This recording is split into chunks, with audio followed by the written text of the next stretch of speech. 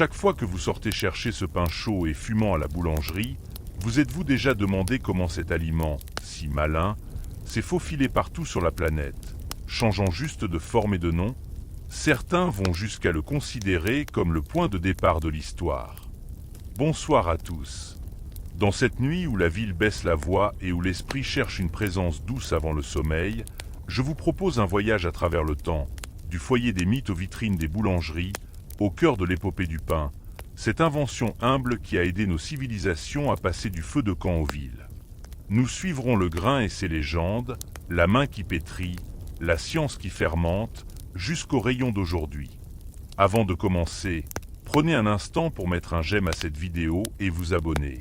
Seulement si ce contenu vous berce vraiment avant de dormir. Dites-moi aussi en commentaire d'où vous regardez et quelle heure il est chez vous.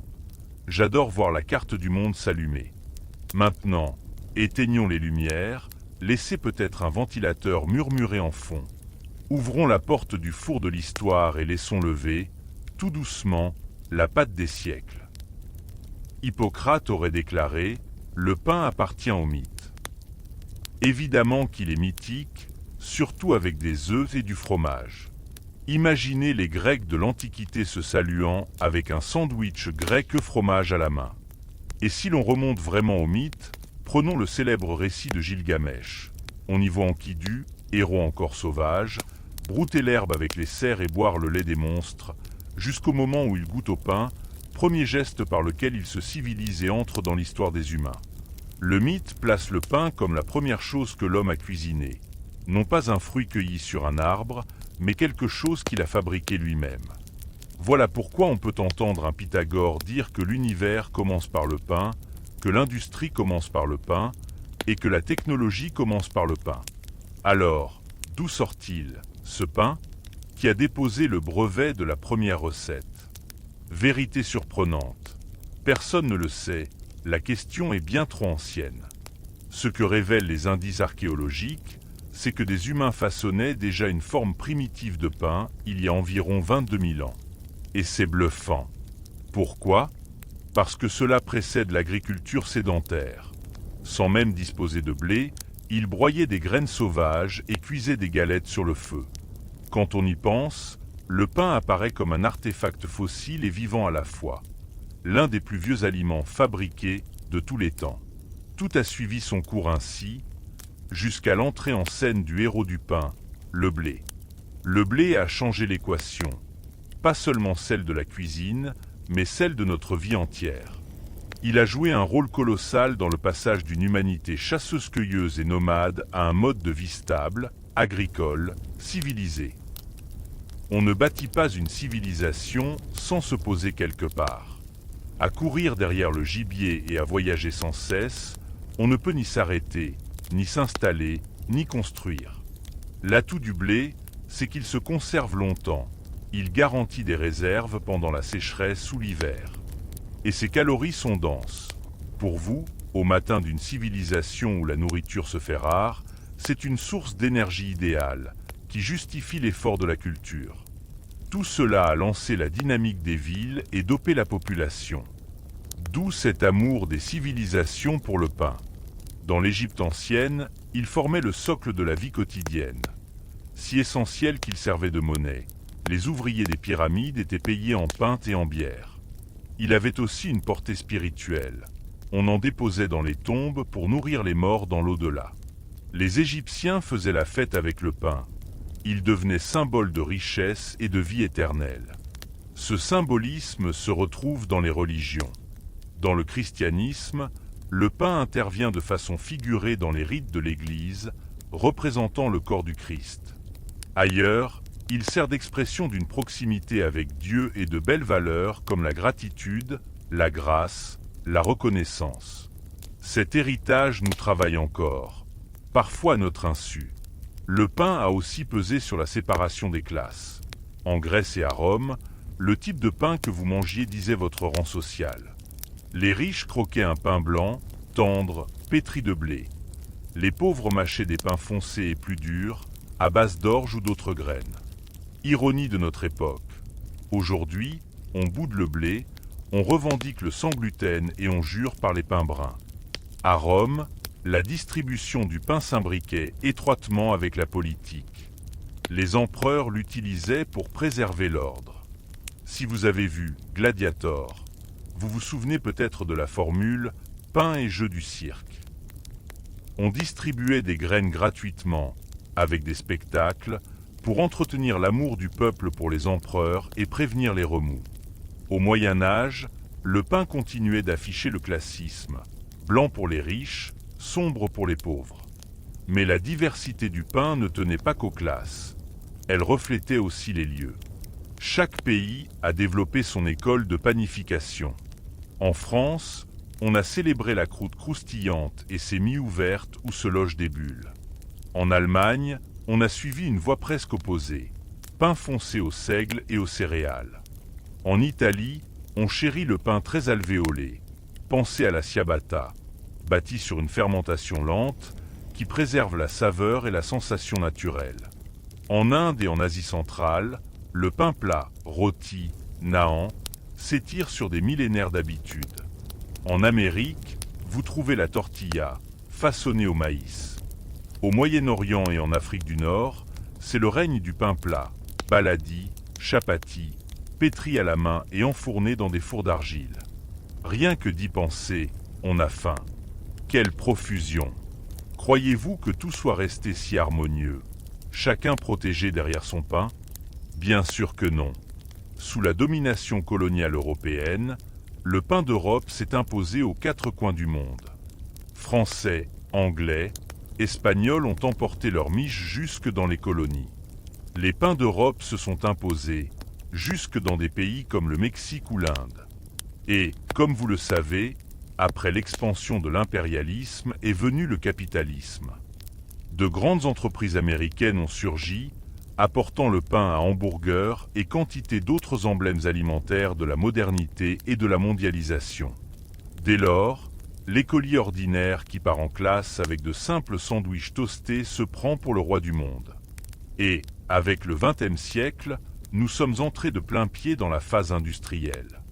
Des boulangeries géantes se sont mises à sortir des millions de pains par jour. Nous nous sommes habitués à ce pain blanc, doux, prêt en un clin d'œil.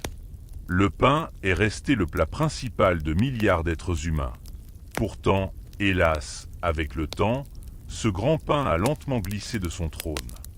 Des chercheurs en alimentation et en agriculture ont commencé à le juger non seulement inutile, mais carrément comme une ordure nutritionnelle, un aliment sans valeur.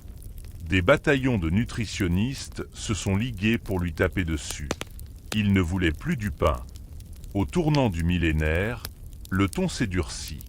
Exemple, un article de The Guardian en 2006, titré « La vérité empoisonnée sur notre pain quotidien ». On y entend des voix, de multiples spécialités, dénoncer la malbouffe et comment elle abîme la santé de nos enfants. Le pain y est pointé. Celui qu'on donne aux petits n'aurait plus de valeur nutritionnelle. Et selon des statistiques récentes, un seul élément du pain, le gluten, causerait désormais allergies et maladies à 8,4% de la population mondiale. Un chiffre colossal, environ 1 milliard de personnes. Vous allez vous poser certainement cette question. Si le gluten pose tant de soucis, on ne peut pas juste l'enlever, comme un lait sans lactose ou un café sans caféine. Laissez-moi vous expliquer ce qu'est le gluten. Si on place un grain de blé au microscope, on verra 70 à 80% de glucides, 5% de graisse, et le reste, un faisceau de protéines complexes. Les plus célèbres sont gliadine et gluténine. Le tout forme ce qu'on appelle le gluten. Quand tu pétris la farine de blé, le gluten se comporte comme une colle. C'est lui qui donne au pain sa malléabilité et sa tenue. Voilà pourquoi on le retrouve partout où il y a du blé. Croissants, gâteaux, biscuits, pâtes et même burgers et chewing-gum.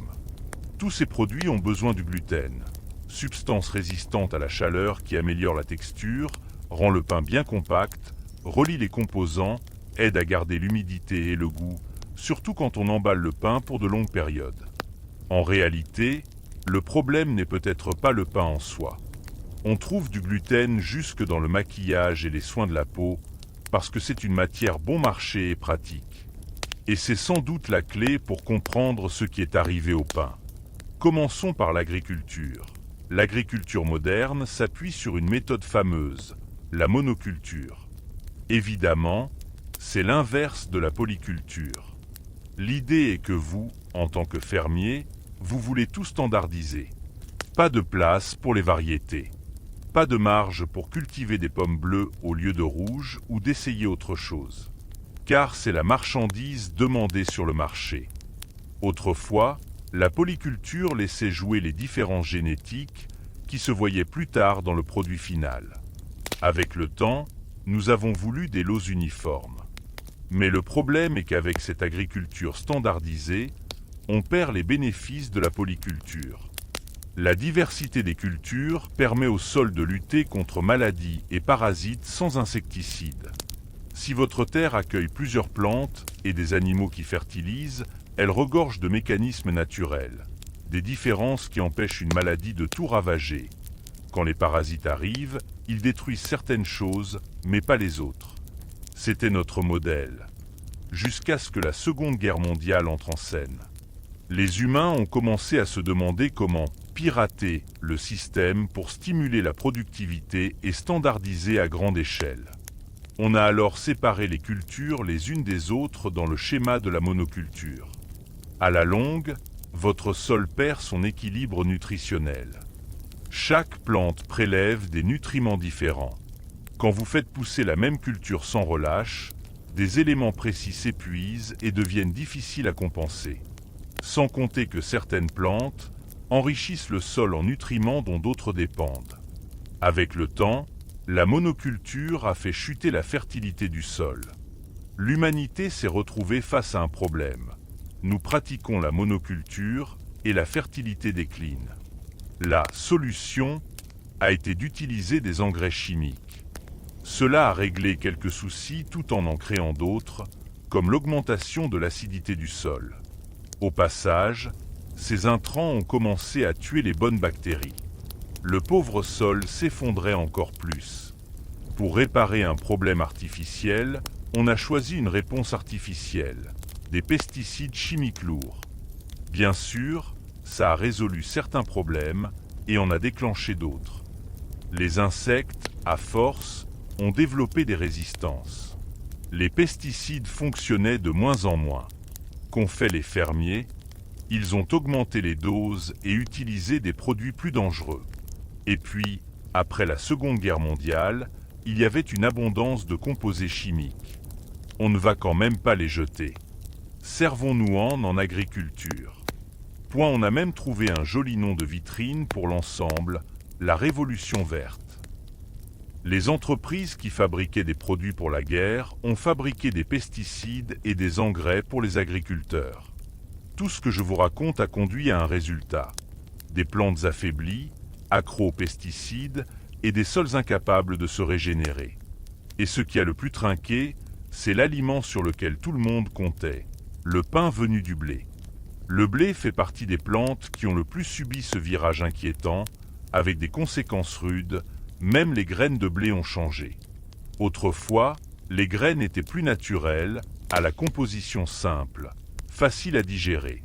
Celles qu'on sème aujourd'hui n'ont plus grand-chose à voir.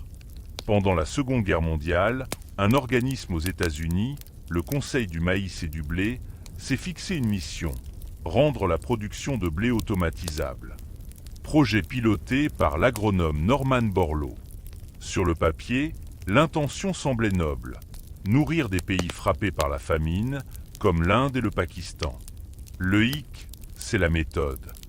Il a importé des blés de divers pays, des variétés qui, naturellement, ne se croiseraient jamais, puis les a hybridées pour obtenir un type à rendement supérieur. On prélève le meilleur ici et là pour créer quelque chose de nouveau, standard et facile à automatiser, disait le Conseil du maïs et du blé. La nouvelle variété avait une tige plus courte. Résultat, la plante pouvait porter davantage de grains sans verser. Et, avec le temps, la moisson mécanique s'en est trouvée facilitée. Plus de blé, moins de paille. Or, le blé avait un pacte tacite. La paille pour les bêtes, le grain pour les humains. Avec cette graine raccourcie, la paille a décliné. Tout l'équilibre écologique s'en est trouvé bousculé. Problème numéro 2.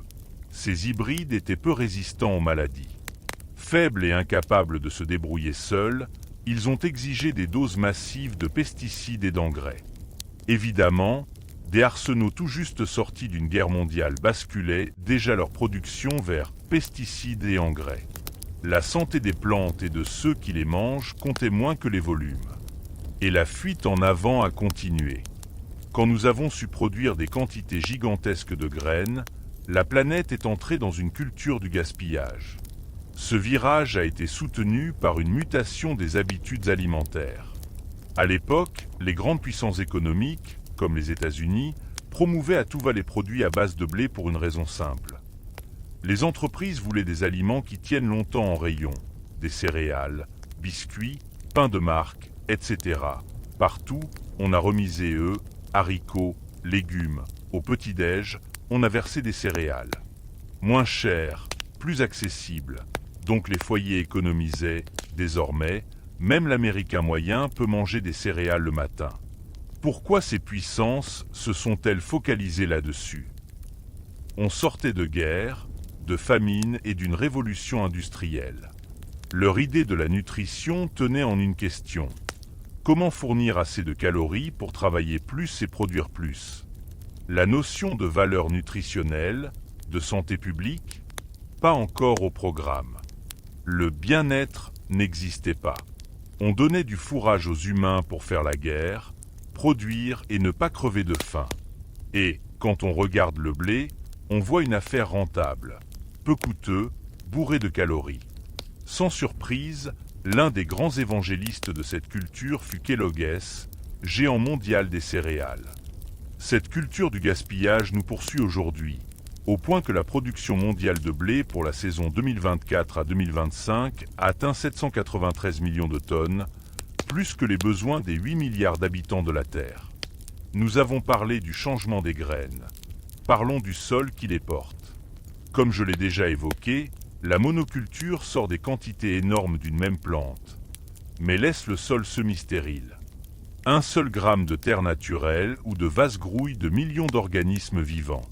Nous l'avons nettoyé et arrosé de pesticides pendant des années, au point de l'achever. Et voici l'inédit. L'humanité déplace désormais plus de sol que la nature elle-même, plus que les vents, les crues et tous ces phénomènes naturels réunis. Souvenez-vous, aucun nutriment présent dans une plante n'existe seul. Il vit dans un contexte biologique. D'autres composés dans la plante aident à l'assimilation et d'autres, dans le sol, aident à l'évacuation. Aujourd'hui, le blé est saturé de substances hors contexte. Le corps, faute de repères, les rejette ou peine à les digérer, parce que le blé a changé. Finissons avec la culture et la moisson. Parlons préparation. Le pain de nos aïeux demandait des jours de fermentation et de repos, des étapes qui facilitaient la digestion du gluten. Le pain de supermarché, lui, est fabriqué à une vitesse folle. Certains types passent de la pâte à l'étagère en 2 heures. Pas de temps pour fermenter, pas le loisir pour les enzymes d'œuvrer. C'est ton corps qui assume d'emblée la digestion du gluten. Autrefois, pas de levure instantanée. On utilisait une culture d'acidité naturelle, celle qu'on appelle aujourd'hui le vin. Il existe encore des pains fermentés ainsi. Leur prix élevé les fait passer pour une tendance, mais la fermentation, lente, sur plusieurs jours est essentielle. Elle réduit les composés susceptibles d'irriter ton organisme. Tous les blés, anciens ou modernes, réclament du temps et de la fermentation pour devenir digestes. Et nous voici à la question centrale de l'épisode. Entre hybridation des graines, pesticides, pains express et engrais, que se passe-t-il dans le corps? D'après l'enquête documentaire What is with Wheat, en français, le blé, on en parle, une molécule appelée glyphosate, principe actif d'herbicide célèbre, a été conçue pour tuer les mauvaises herbes. Désormais, on la pulvérise sur les cultures à la récolte pour les sécher plus vite. Les fabricants affirment qu'elle n'affecte que les plantes et les bactéries. Le film, lui, rappelle une évidence. Notre corps abrite plus de cellules bactériennes que de cellules humaines.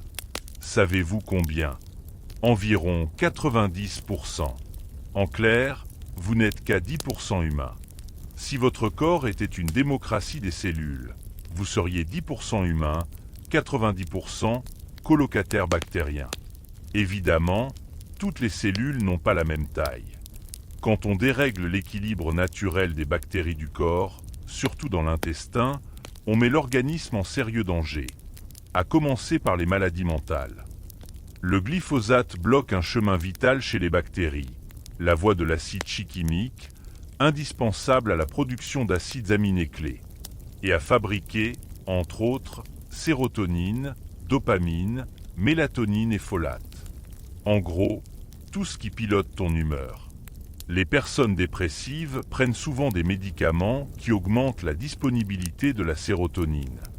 Si sérotonine et dopamine, moteur de votre motivation, vacillent, la motivation chute, la dépression peut s'aggraver et votre boussole mentale s'affole. Votre état psychologique est intimement lié à votre système digestif. Environ 90% de la sérotonine et de la dopamine sont produits dans le système digestif. Perturber cette voie peut donc déclencher troubles psychiques et anxiété. Ce sont bien ces mêmes mots qui explosent aujourd'hui, et l'on se traite d'irrationnel, de victime de mode, alors que notre nourriture, le pain en l'occurrence, pourrait en être la cause. Et ce n'est pas tout. À peu près dans cette même période, les maladies de l'immunité ont grimpé. Les maladies auto-immunes touchent désormais une personne sur 10. Elles surviennent lorsque l'immunité cesse de distinguer amis et ennemis et se met à attaquer les organes vitaux, articulations, cœur, cerveau. Le blé moderne pose un gros souci, le syndrome de l'intestin perméable. Il s'agit d'une fraction du gluten, telle que la gliadine, franchit la paroi intestinale et file dans le sang. Le système immunitaire l'identifie comme intrus et l'attaque. Sauf que l'assaut peut se traduire par eczéma, douleurs articulaires ou migraines. Plus grave encore, les mutations génétiques. L'un des effets les plus redoutés du glyphosate, c'est d'entraver l'absorption d'éléments vitaux comme la vitamine D et la méthionine, cruciaux pour le processus de méthylation de l'ADN. C'est l'aiguilleur du ciel de tes gènes, le mécanisme qui décide quel gène s'exprime ou non. C'est un peu comme un agent de circulation. Le problème, c'est que si ce processus se dérègle, vos gènes commettent des erreurs de pilotage. L'agent de circulation se met à mal garer des voitures et à couper des gènes qui ne devaient pas l'être, un désastre. Encore plus inquiétant, l'effet ne s'arrête pas à vous. Ces changements peuvent se transmettre d'une génération à l'autre. Autrement dit, notre mauvaise alimentation d'aujourd'hui pourrait programmer la santé de nos petits-enfants. Je crois que vous pouvez maintenant compatir avec ceux qui ont des soucis avec le gluten. Ils n'inventent rien. Les personnes concernées se répartissent en 3 groupes. Premier type, la maladie cœliaque, un trouble immunitaire dangereux. Le corps traite le gluten comme toxique, attaque l'intestin grêle et provoque des inflammations pouvant mener à l'ostéoporose, l'anémie, voire la dépression. Une personne cœliaque doit éviter totalement le gluten à vie. La plus infime dose peut causer un réel dommage. Deuxième type, l'allergie au blé. Pas auto-immune. Le corps produit des anticorps face aux protéines du blé, un peu comme l'allergie à l'arachide ou l'intolérance au lactose. En réalité, arrêter n'a rien d'aisé. C'est proche d'une addiction. Au sens scientifique, pas métaphorique. À l'époque des famines, on vendait l'idée d'aliments ultracaloriques. Aujourd'hui, on n'a plus besoin d'un tel tsunami de calories. Notre nourriture déborde d'énergie, mais reste vide de valeur nutritionnelle. Du coup, le cerveau la traite comme une drogue. Il en veut toujours plus, la dose n'est jamais suffisante. Et attention, remplacer au hasard les produits à base de blé par tout ce qui porte l'étiquette « sans gluten » n'est pas toujours la bonne idée. Beaucoup contiennent des additifs et d'autres glucides. Vous risquez de quitter un problème pour entrer dans un autre. Vous pouvez dire que le blé ne vous a jamais causé de soucis. Ce que je vous décris peut évoluer. Mais laissez-moi vous rappeler des cas suivis. Certaines personnes ont abandonné leur fauteuil roulant 1 an après être passées à une alimentation naturelle. Le corps bénéficie vraiment de la nutrition, pas uniquement des médicaments. La solution aux dégâts de la malnutrition se trouve dans l'assiette. La médecine et la chirurgie ne peuvent pas toujours réparer. Autre point essentiel, ce n'est pas un processus rapide. Parfois, cela prend des jours, des semaines, voire des mois. Le corps a besoin de temps pour s'ajuster. Vous pourriez même vous sentir pire pendant les 2 premières semaines. Totalement normal. Quand vous arrêtez de fumer, que tout le monde reconnaît comme nocif, vous toussez plus, vous avez plus de glaire. Des symptômes de sevrage vous font toucher le fond. Doit-on abandonner? Bien sûr que non. C'est une courte période. Votre corps s'adapte. Dernier rappel, ce n'est pas toujours noir ou blanc. Vous pouvez vous sentir bien avec certains pains plutôt que d'autres. Ceux qui ont une meilleure fermentation, donc moins nocifs pour vous. Chaque personne est un cas. Peut-être que vous irez mieux en réduisant le pain, sans l'arrêter totalement. Quoi qu'il en soit, votre corps ne vous laisserait pas tranquille tant que vous ne le respecterez pas. Et que vous ne reconnaîtrez pas que, parfois, le pain peut rabaisser votre qualité de vie et rendre l'existence plus dure et douloureuse. Pour résumer cet épisode, pour bien vivre, vous devez bien manger du pain.